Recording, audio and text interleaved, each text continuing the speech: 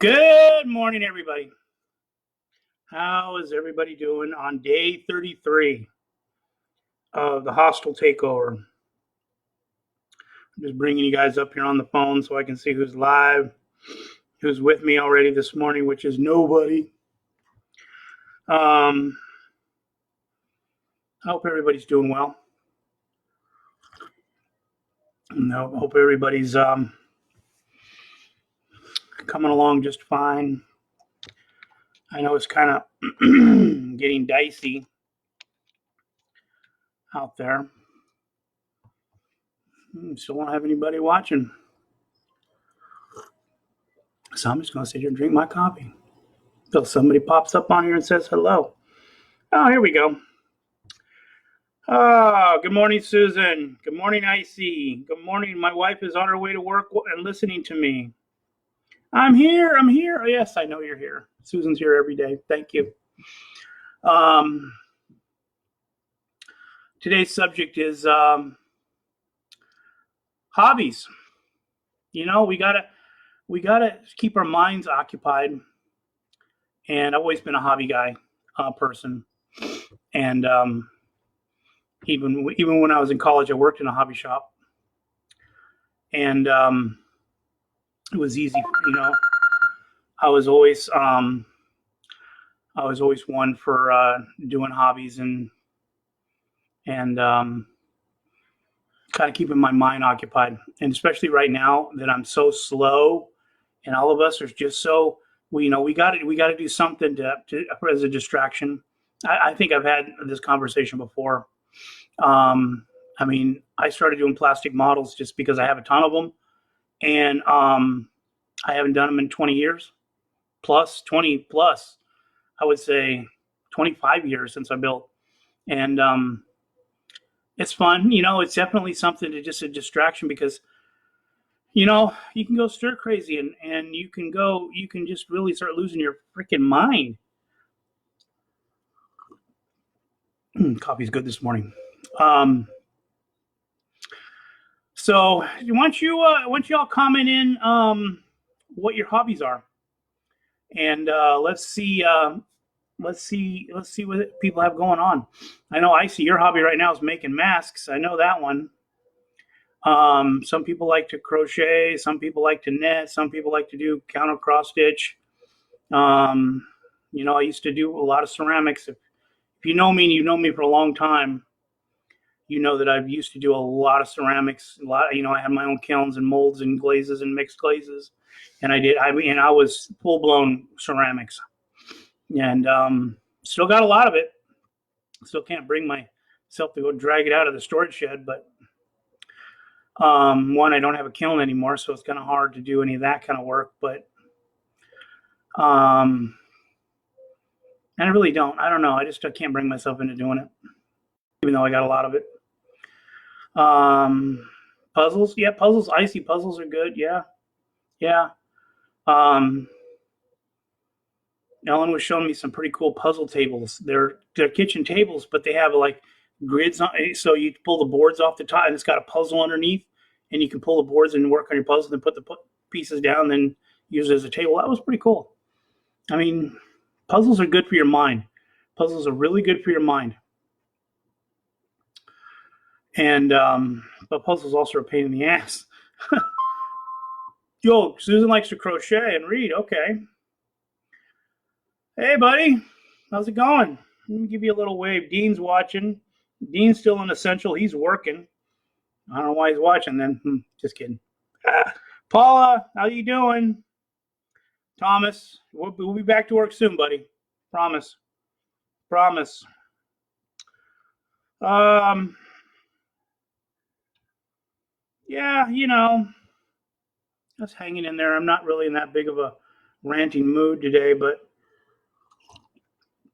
I don't know if anybody saw the interview with Anderson Cooper yesterday and the mayor of Las Vegas.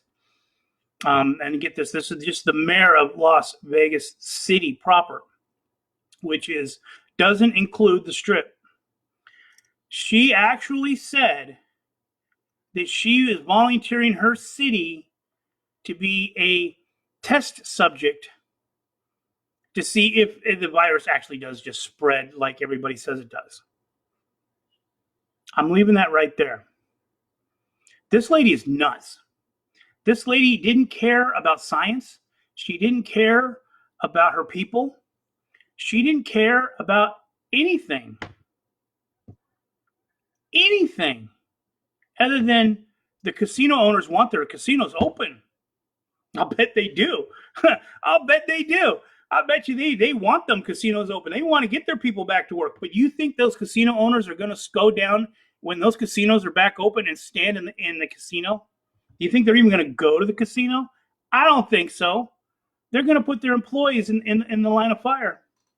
I didn't say I was going to rant, but guess what? I'm ranting. Seriously.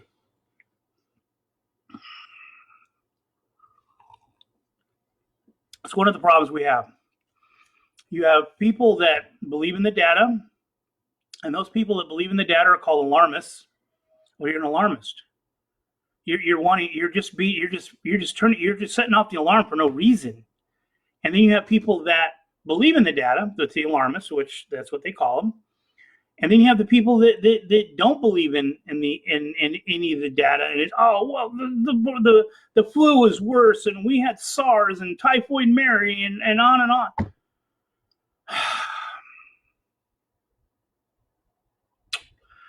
I have no response to that. Obviously, this is a real thing. Obviously, this is something that our governments were probably, hiding. We have they found that the first death really happened here in California. I don't know if anybody read about that. They're finding out that it was here way before we ever thought. It was here in January, first part of January. Probably came in at Christmas. Hi, Stephanie. How's it going? Kevin, how's it going, buddy? And hey, Terri Ann, we got here again, got caught with our pants down. Okay, fine. In the past, hindsight's 2020. How do we move forward? I understand businesses need to get back to business, and people need to get back to work. And most people do. They don't have the capacity to write a $500 emergency check. And that's what we're dealing with right now. We're dealing with that $1,200. That's nothing. That gets maybe some milk in your refrigerator. That's nothing. People need to be able to just hunker down, and our credit scores are all going to go in the toilet. That's going to have to be something that gets addressed somewhere along the line. And have letters of explanation when you're trying to get a loan because you had 4 30-day lates, or you're going to have a 90-day late because I was unemployed, couldn't make any money.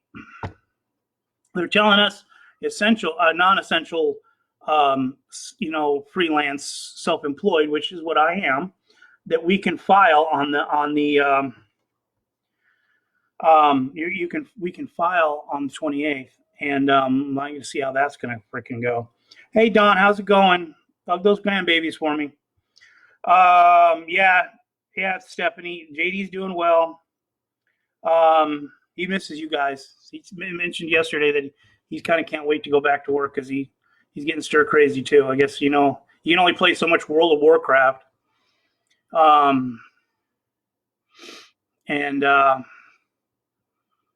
Thomas, yeah, you do. Thomas is doing the Legos. Thomas is doing some really nice Legos. So is my cousin Darren.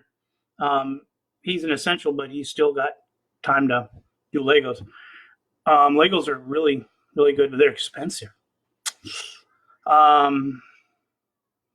Yeah, Legos are a good hobby. So we need to do our hobbies. We need a distraction. We need something to keep our hands busy. That's always been my thing because I came from a mechanical background. So my mind is very mechanical, putting pieces together and making things work in general. So I think I attack things from a mechanical standpoint where a little different than what most agents in my business do. Most agents in my business are not mechanical. So they look at things in a little different manner than I do. So my train of thought is usually a little different than most of the agents I work with. But I'm a procedures guy because mechanically, things got to go back together in order, and that's the way my whole life was. Is when you take something apart, it really doesn't matter how it comes apart. It's a matter how it goes back together. And I've been doing that since I was, knee high to a grasshopper. And my mother will contest to this, that I was the one who was out in the driveway taking the cars apart, taking the mower apart, take the dryer apart. I mean, I can get it all apart, but it would never go back together. Even my grandfather, who was a master mechanic, used to have a hard time putting stuff back together when I got done with it. So I grew up with a screwdriver in my hand, and so that's the way my mind works. Is very mechanical. Very. I mean, I probably should have been an engineer. I actually what I wanted to do, um, when I was in, and I didn't really think of this till I was already kind of into my career, is I wanted to go in automation. I wanted to do machines. I wanted to work in the factories where they made the machines that do all the automation. Fill Pepsi cans and put the lids on and all this mechanical stuff. But I just never kind of got there. I was always an automotive guy, and so I just kind of stuck with the automotive. Um, and so, but when you get to a certain point when you're in the automotive industry and you're a technician, it gets really hard on your body, and you do slow down. You have to slow down, and they bring the younger guys in, and this happens in just about any industry. You bring in the younger kids that can make you can two for the price of one, but they don't have the knowledge and the experience that you have, and it just kind of it's just so when I quit when I was 40 in my early 40s from working on cars because I knew I seen the writing on the wall. Went into real estate, best thing I ever did. But my distraction in real estate is my remote control cars because it's little bits and pieces, and you got to make them run, and you got to you go to work on them, and so it helped because I don't really like cars anymore. I don't like working on them anymore. Just too much, too much. Um, Yeah, hey, John McCarty's on board here. Hey, yeah, you post some good memes, dude. Keep it up. Miss Georgia Santo right there.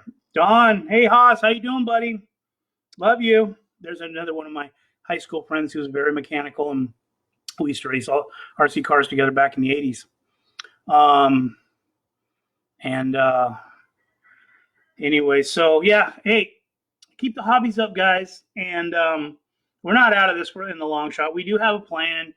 Governor Newsom was on yesterday, outlining this 3-stage plan, giving us a little pep talk. That's all he was. She was being a cheerleader, which the governors and the mayors need to be right now. They just need to be cheerleaders and pep people up and tell us what. I said yesterday that what we need right now is FDR's fireside chat. Most of us are way too young to remember this, but if you're a history guy.